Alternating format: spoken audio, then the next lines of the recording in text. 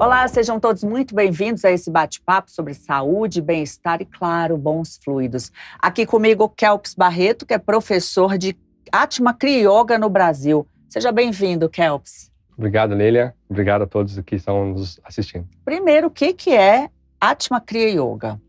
Então, Atma Kriya Yoga é uma técnica, o Kriya Yoga é uma técnica milenar de yoga e meditação. Então, Atma significa, em sânscrito, significa alma, Kriya, ação em consciência, e Yoga, união. Então, Atma Kriya Yoga é trazer a consciência de nossa alma para as nossas ações, para o nosso dia a dia, né? E a gente parte do princípio de que nossa alma é uma partícula divina. E, por isso, é repleta de felicidade, bem-aventurança, todo esse bem-estar genuíno vem da nossa alma, na realidade. E quando a gente começa a agir a partir dessa alma, a gente passa a agir nesse estado de alegria, bem-estar, felicidade, de bons fluidos. Eu quero saber mais sobre essa prática, mas antes eu quero voltar 2 casas e contar para o pessoal de casa que você é delegado de polícia. Eu queria saber como é que um delegado de polícia teve essa ligação com boas práticas, com bons fluidos, com espiritualidade. Como é que teve início? O Atma Kriya até é o que mantém a minha sanidade, né? Eu até brinco muito em relação a isso. Então, eu me tornei delegado muito jovem, assim, eu me colei grau na faculdade de Direito, eu já sabia que eu era delegado. Então, com 24 anos, eu já era delegado de polícia lá em Goiás. Disso veio aqueles efeitos comuns que todo mundo tem. Ansiedade, depressão, enfim, estresse. Não sabia como lidar com isso. E já tinha uma espiritualidade de família, mas deixei ela um pouco de lado por conta dos estudos. Então, e percebi a necessidade de voltar para me conectar mais, né? Estava um pouco material, muito material. E conheci o Paramahansa Vishwananda em 2016, e aí, a partir dele eu conheci o Atma Kriya Yoga. Comecei a praticar, e aí com a prática já fui largando ansiolítico, antidepressivo, já comecei a mudar o meu estilo de vida. Em 2018 me tornei professor de Atma Kriya Yoga, com formação na Alemanha. Em 2020 fiz uma atualização na Índia, enfim.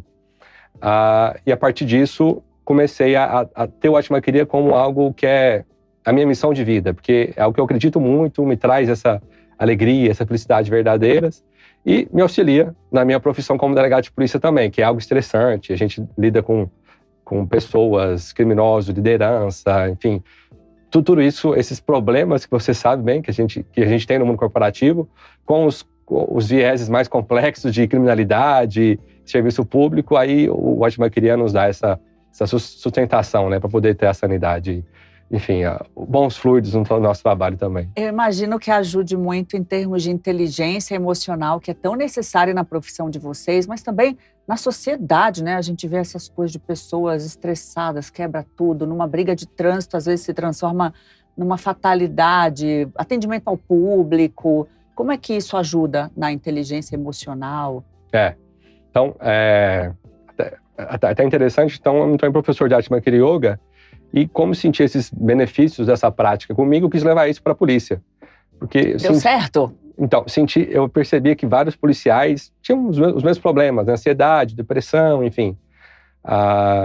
E tentei levar meditação crua. Não tive uma boa receptividade no início, mas constatei... Não acredito. Já era de se imaginar, né? Mas eu constatei na época, e hoje em dia também, mas na época estava com mais ênfase, assim, cursos, workshops de inteligência emocional no mundo corporativo. E eu comecei a aprofundar e percebi que a ferramenta básica para desenvolver inteligência emocional é a meditação. O princípio da meditação é o básico para a inteligência emocional, que é você observar as emoções e, a partir disso, tomar uma ação consciente. Você vai prender o meliante está nervoso e fala, veja bem, respire. Calma, medite aqui, respire. Não é bem assim. Então, como policial, a gente precisa ter essa força, essa agressividade às vezes. Só que isso, a gente tem que saber distinguir o nosso papel na nossa vida pessoal. O que é firmeza e o que é, né, espiritualidade. Isso, o que é a nossa vida, enfim, não trazer com que esse papel que a gente tem como policial, que isso interfira na nossa própria identidade, né? Então, se eu preciso ser bravo, ser firme com alguém, ter que prender, às vezes até utilizar de força para isso vai ficar nesse momento e não vai interferir nas minhas outras ações. Então, a inteligência emocional permite que você consiga distinguir isso de forma clara, entendeu?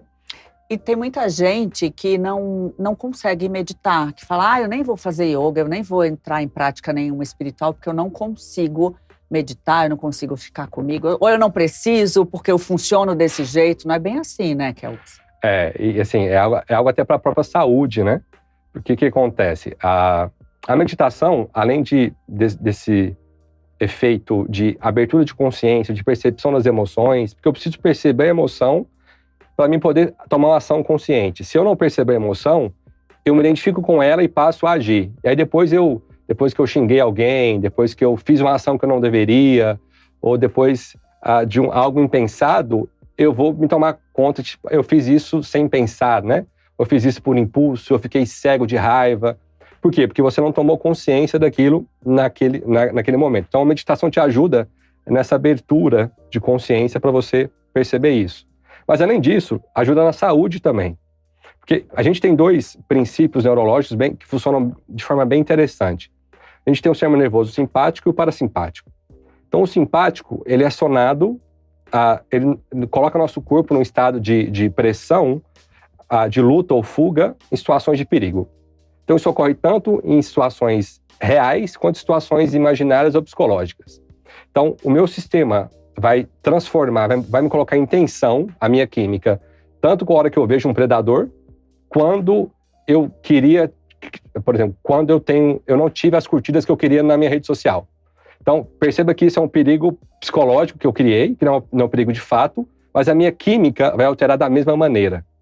E é um exemplo esdrúxulo que eu estou dando só para a gente entender que existe esse efeito tanto real quanto imaginário.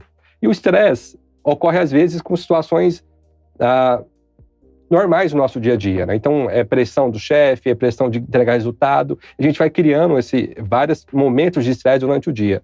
Isso vai alterando a nossa química, ativando o nosso sistema nervoso simpático. Só que ele está hiperestimulado. E essa hiperestimulação gera aqueles sintomas de ansiedade, depressão, problemas gástricos, cardíacos, enfim. Uma série de problemas que a maioria das pessoas estão passando por conta disso. E o que a meditação faz também? Além desse aspecto da consciência, ela ajuda a ativar o parasimpático e equilibrar a sua química. Então, a meditação é uma forma de manter a sua saúde, porque ela vai equilibrar os níveis químicos do seu organismo para você conseguir lidando, enfim, dia a dia com as situações, com os problemas diários da vida, né? E de forma resumida, assim, como é que funciona na prática o teu método? Então, eu ensino o Atma Kriya Yoga, que é um yoga iniciática, é um yoga onde você aprende, faz um curso, recebe uma iniciação. A iniciação não vem de mim, mas vem do mestre do Paramahansa Vishwananda, da linhagem do Kriya Yoga. Então você recebe essa iniciação e passa a praticar sozinho. Mas envolve o quê? Movimento, música, entoar algum mantra? Como é que faz para facilitar essa concentração? Uma série de técnicas, né? Que é, enfim, meditação, mas com umas âncoras a mais, que vai ser mantra, visualização, algumas formas divinas, retenção de respiração. Existe um conjunto de técnicas já comprovadas cientificamente, onde vai ajudar a pessoa a conseguir concentrar melhor. Porque você falou sobre várias pessoas que não conseguem meditar, né? Mas olha que interessante, a meditação ela tem 4 etapas, e uma dessas etapas é a distração. Então, a gente primeiro define o que a gente vai meditar. Então, eu vou definir agora, geralmente a gente usa aquela meditação mindfulness, né, que é observar a respiração. Então, você começa a observar a sua respiração. Esse é o seu foco. A segunda etapa é a distração. Você começou a focar e distraiu. E a terceira etapa é retomar ou perceber essa distração e retomar o seu foco. Então, a distração faz parte da meditação. Então, se você distrai ao meditar, isso é sinal que você existe. Você é uma pessoa comum, como eu, como você, como várias pessoas. Mas manter o foco é você perceber a distração e retomar esse foco.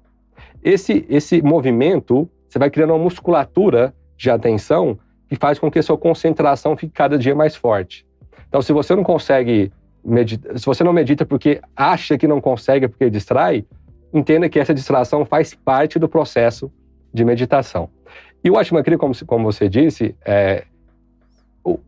o que eu acho fantástico do Atma Kriya? Porque além dos efeitos espirituais, da linhagem do Kriya Yoga, do mestre, do Paramahansa Vishwananda, né, da bênção dele, a gente tem várias âncoras.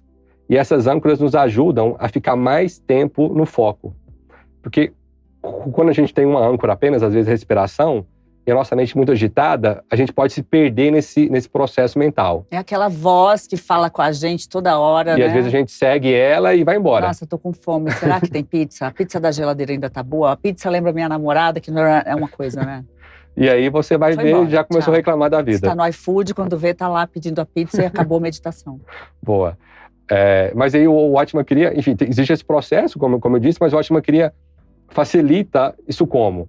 Criando mais âncoras. Então a gente tem, além da respiração, outras âncoras que têm um poder por si só mesmo de elevar espiritualmente a pessoa, mas essas outras âncoras facilitam o processo de meditação. Então, às vezes, eu fico parado meditando 30, 40 minutos, mas internamente tem muita coisa acontecendo, essas vozes às vezes estão falando também, mas como eu tenho várias âncoras, a luz que me guia no processo é maior.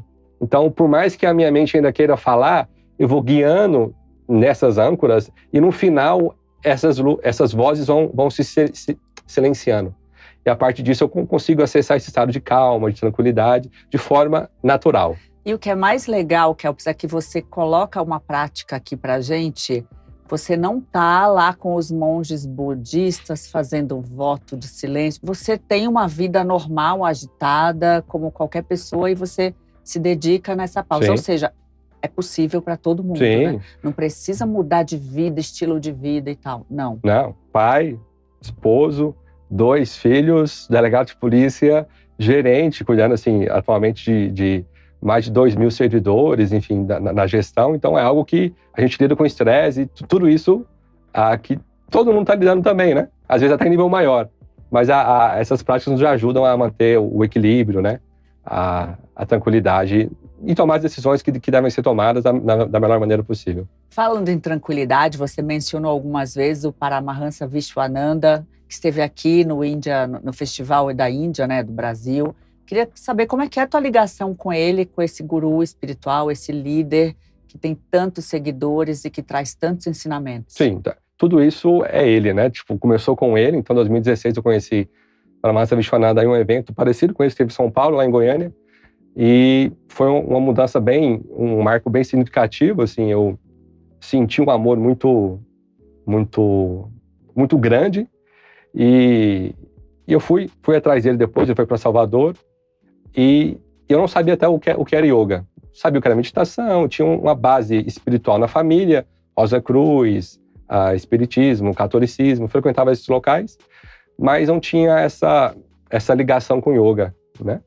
E aí conheci o Atma Kriya Yoga a partir dele, quis fazer o Atma Kriya Yoga de forma desesperada, eu conheci ele, falei, eu quero fazer isso. O que te tocou nele, assim? O que te fez ter essa admiração logo de cara, assim, quando você conheceu? Então, quando eu conheci em Goiânia, no Darshan, né, um evento que teve em São Paulo, ele olha nos nossos olhos. Eu não senti muita coisa. Mas no outro dia, eu voltei para minha cidade e, sem querer, coloquei uma música do Nando Reis, onde ele canta uma Mahamantra. E quando eu escutei o primeiro Hare Krishna, meu coração... Te tocou. Acho que eu senti um fogo muito grande e comecei a chorar. Eu chorei a viagem toda, que eu morava em Goiânia na época, eu morava no interior, de Goiânia até o interior. E aí minha vida começou a passar como um filme na minha cabeça, tudo de merda, pode dizer assim, que eu tinha feito, começou a vir. E eu comecei a meio que expurgar aquilo tudo e cheguei, tinha uma imagem de Jesus em casa, eu comecei a ajoelhar e chorar, e chorar, e chorar. E aí tive a vontade de ver ele novamente em Salvador. E aí eu fui para Salvador, encontrei ele novamente lá.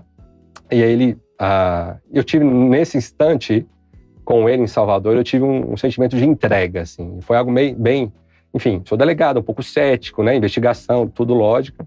Mas a hora que eu olhei para ele de novo, eu tive um sentimento de entrega, tipo, eu tô aqui e faz o que você quiser comigo, assim, foi realmente algo muito transcendental, espiritual. E ele pediu para falar comigo depois, a gente conversou e tal, e aí foi quando eu precisei o primeiro milagre nesse ponto, né, que foi quando ele materializou um anel para mim. E eu vi ele materializando, falei, já sabia da possibilidade disso, eu já tinha estudado isso antes, mas falei, nunca que eu vou conhecer alguém desse porte. Ou seja, só para deixar claro, ele estava conversando com você, de repente, o que ele falou ou fez e surgiu um anel. Eu disse que eu queria estar perto dele, enfim. E ele vai, materializa o anel, ele faz um movimento com a mão e tira o anel da mão. Parece que é Shiva, vai te ajudar. E aí, enfim, foi um momento bem impactante, porque é um milagre, né? É um milagre e, enfim, mas acho que o milagre maior não é nem isso. Ele diz muito que isso não é algo que ele não gosta muito de ficar falando e tal, dos poderes que ele tem em relação a isso. Mas a mudança que ele fez comigo, sabe? Essa busca pelo amor divino, por Deus, eu acho que isso foi algo mais impactante que ele fez. A transformação, né? A partir do momento que você conheceu ele, você voltar para casa repensando tua vida aos prantos. Sim. Por meio de uma música que remete à Índia, por exemplo. Sim, que remete à lembrança dele, né? Ao nome de Deus, enfim, ao que ele ensina. O que ele ensina? Por que ele é tão reverenciado? O que você acha que o mundo ainda precisa conhecer dele? Ele ensina as pessoas a descobrirem o amor, né? O amor verdadeiro, o amor genuíno, né? O amor genuíno por Deus. Que aí ele ensina muito que nós temos uma essência, que é a nossa alma, mas estamos muito identificados ainda com a nossa mente, nosso ego, enfim. E ele nos ensina a experienciar essa alma, porque essa alma tem uma relação, uma conexão de amor com Deus. E essa conexão, esse amor entre a alma e Deus é aquilo que realmente nos satisfaz. Porque a gente está no mundo e a gente quer várias coisas e busca várias coisas. E, enfim, isso nos leva a avançar, mas quando a gente consegue aquelas coisas, depois a gente já não quer mais, ou quer outras coisas, ou aquelas coisas causam problemas pra gente, enfim. Só que a felicidade genuína ocorre quando a gente percebe que é Deus que a gente procura no final disso tudo, né? Então, a gente procura as coisas externas, quando a gente consegue, a gente sente o amor aqui dentro. Mas, na verdade, não é aquela coisa. É porque a minha mente acalma e volta para dentro e eu consigo tocar na minha essência e aqui eu sinto essa felicidade. Mas quando eu não controlo essa mente e ela começa a procurar depois, eu fico nesse ciclo de altos e baixos e de procura eterna por algo, né? Quando a gente percebe que é Deus, a gente percebe que existe uma caminhada até Ele, então isso vai nos facilitando, né? Tornando essa jornada mais suave, assim. Só para a gente encerrar, o que é Deus para você? Qual a tua ligação com a espiritualidade, o conceito de Deus? Deus é nossa origem, nosso destino e aquilo que nos acompanha até esse destino também. Então Deus é amor, é a nossa essência, é aquilo que está sempre conosco e nós temos uma relação com Ele, uma relação de amor. Maravilha. Muito obrigada, Kelps. O mundo precisa, né, desse amor bastante, dessa reflexão que você promove e dessa mente em paz. Obrigada, viu? Eu que agradeço. E obrigada também a você que nos acompanhou. Até a próxima.